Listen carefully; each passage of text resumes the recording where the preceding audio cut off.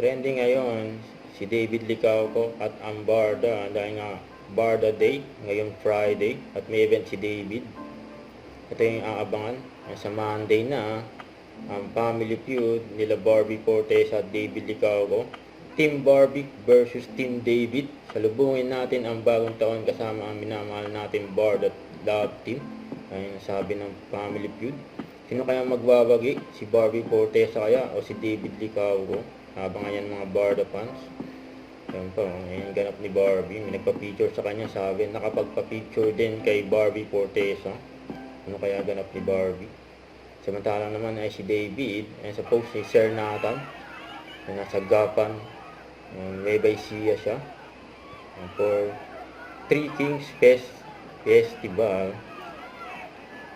Ayan ang pinagkaguluhan niya si David. Ang dami nagabang sa kanya dyan, ha. Ang bansa ng Ginoo. May pesta sa Gapan City.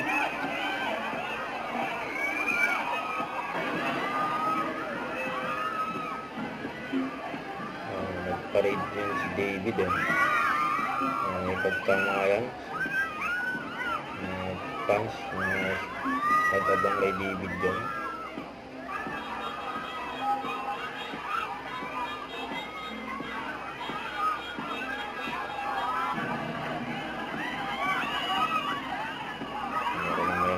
David.